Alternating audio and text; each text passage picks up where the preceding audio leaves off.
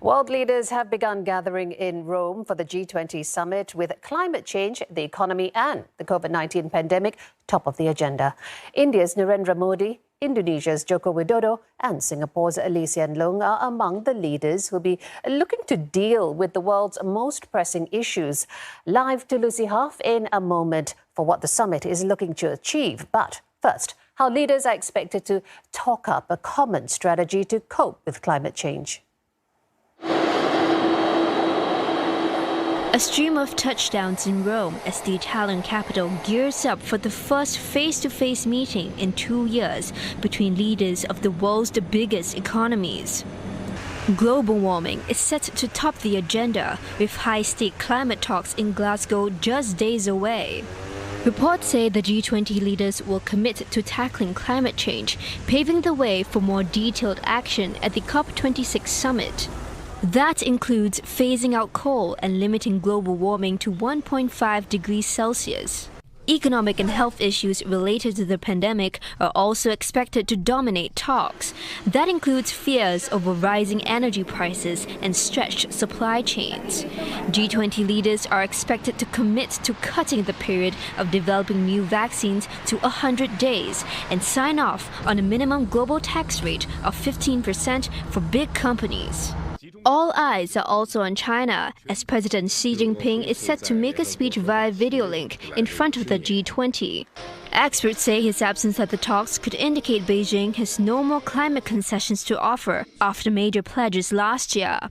Among those, China's promise to achieve carbon neutrality by 2060. For more, Lucy Huff joins us live. Lucy, now the draft communique, it's out, and while it's still subject to last-minute changes, officials are saying some commitments will remain the same. That's right, specifically a commitment in responding to any future pandemics, trying to learn the lessons from what the world has seen with COVID-19, reducing the amount of time between the discovery of a new pandemic in terms of the production of vaccines and diagnostics, cutting that time from 300 to 100 days. We're told that whilst much in that draft communique is likely to be changed, that message will remain the same. There is also likely to be a commitment on ensuring that G20 nations pledge to keeping global warming to 1.5 degrees Celsius. We are expecting a pledge to achieve carbon neutrality by 2050. But again, that is one of the commitments that is likely to see some change over the talks over the weekend, with some low and middle income countries saying that achieving that goal isn't likely to be attainable. China, we know, for example, has set its target as 2060. So much that will be put through to do with responding to future pandemics, but certainly some difficult discussions to come. And how will the commitments that come out of G20 summit vitally impact the climate talks next week? Yeah, this is really seen as crucial. I mean, as we say, there will be a renewed commitment to limiting global warming to 1.5 degrees Celsius.